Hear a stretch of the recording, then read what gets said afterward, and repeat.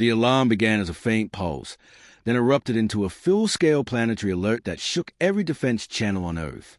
Inside the UN Interstellar Research Base hidden beneath the Himalayas, Dr. Aaron Hale froze mid-sentence while reviewing trauma adaptation protocols for alien diplomacy staff. Emergency lights flashed red across the steel corridors. The AI announcement followed: stern, mechanical, and cold. Warning: unregistered war vessel entering low Earth orbit. Threat level: Omega. Omega. That was a classification reserved for only one type of threat: species capable of planetary execution. Aaron felt a knot coil in his chest as military personnel sprinted past him. He wasn't part of security. He didn't carry a weapon. His world was science, healing, and psychology. Yet something about the panic in the air told him this wasn't just another military drill. He forced himself forward, weaving through the chaos until he reached the observation command deck. The massive holoscreen dominated the room, displaying a ship unlike anything humanity had ever seen. Black metallic plating, jagged as if torn from asteroids, surrounded the vessel. It radiated menace.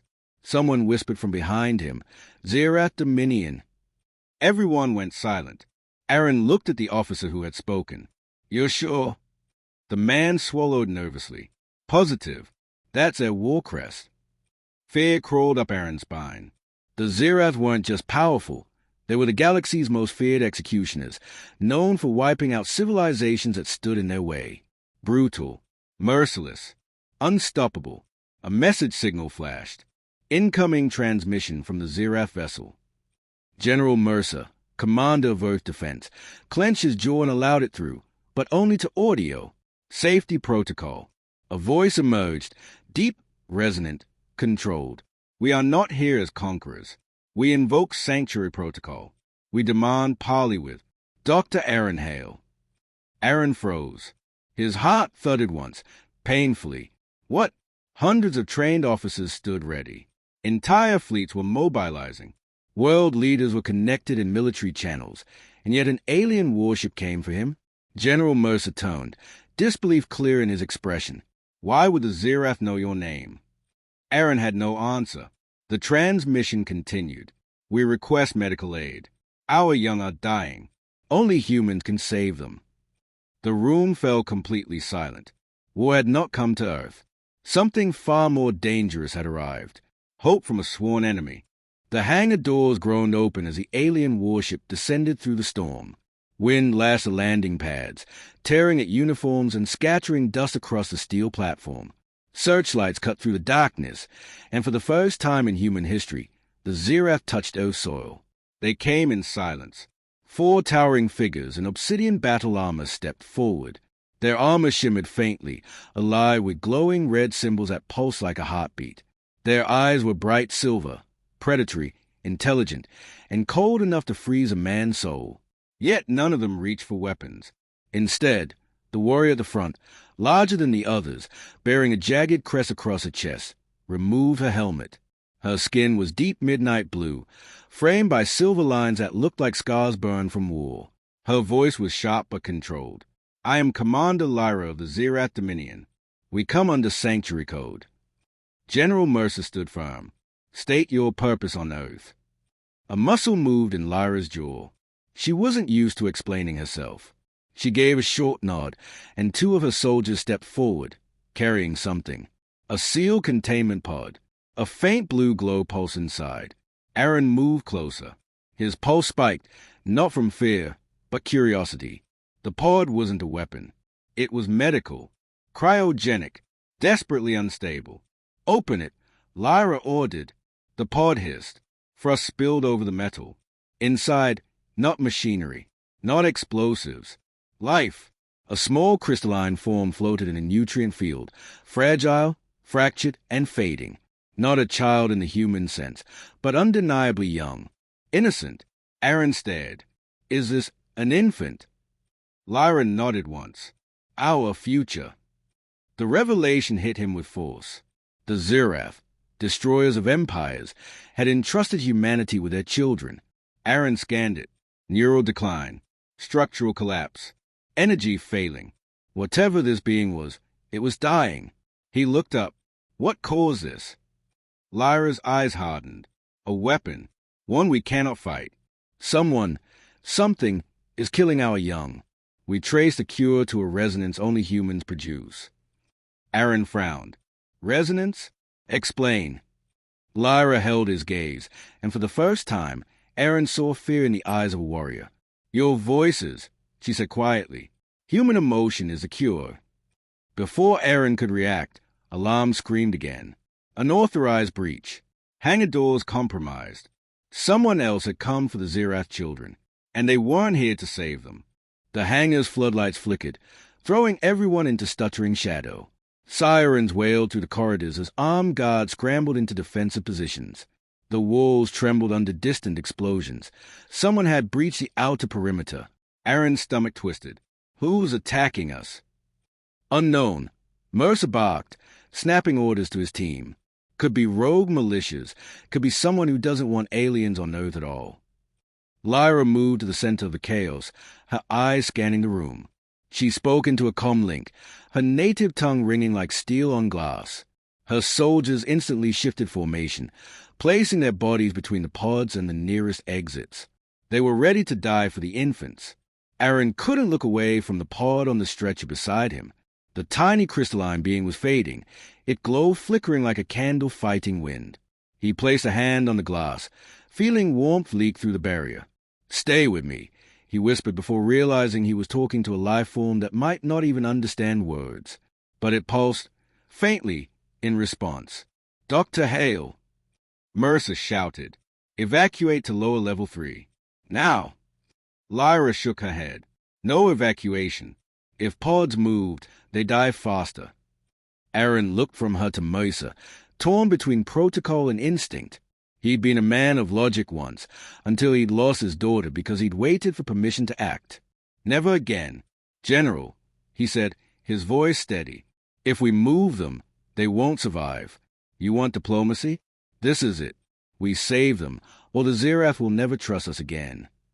Mercer hesitated, then nodded once. You've got 5 minutes. Lyra watched Aaron approach the pod again. You care for what isn't yours, she murmured. Strange species. Aaron managed a tired smile. We're good at strange. A blast shook the hangar. Metal screamed. The west gate buckled inward, and armed intruders poured through.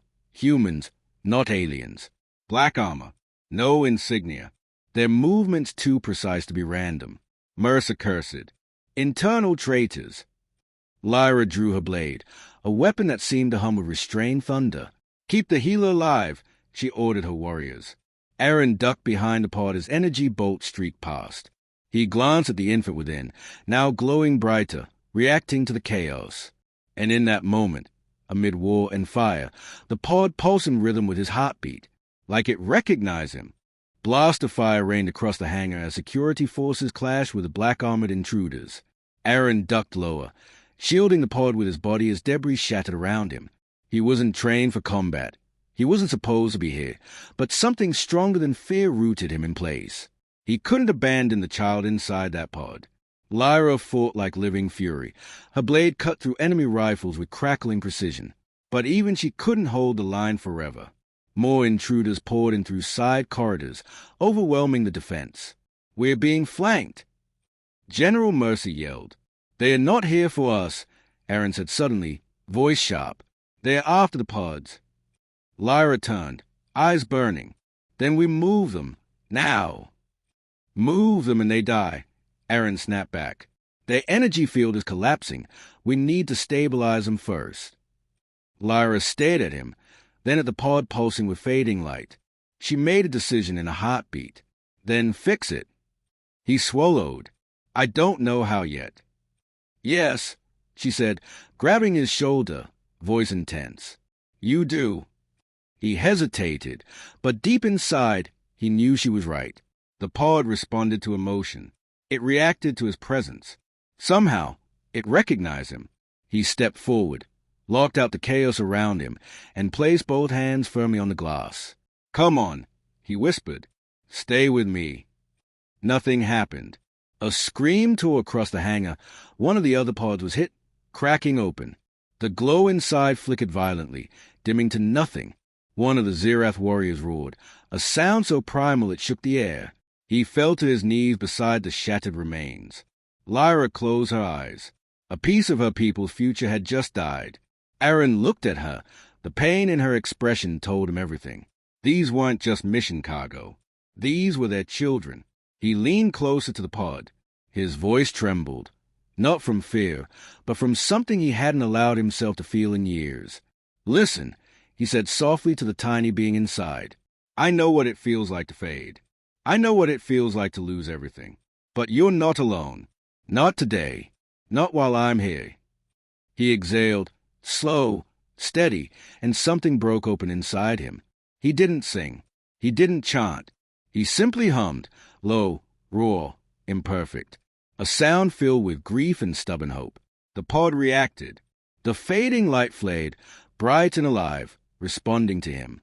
Lyra stayed in stunned disbelief. The Zirath child was stabilizing. Because of him.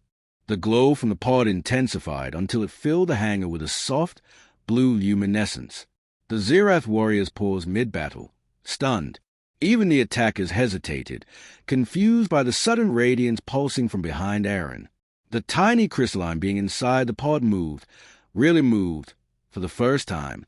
Its energy field, once flickering weakly, now pulsed in perfect rhythm with Aaron's heartbeat.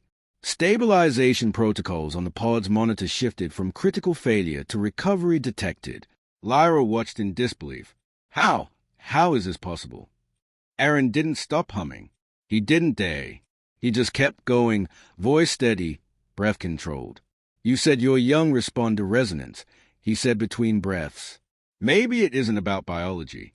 Maybe it's something deeper, connection, intent." Lyra whispered, almost to herself, "Heart resonance." The Zirath had legends, ancient myths they never spoke of, about emotional frequencies binding souls together.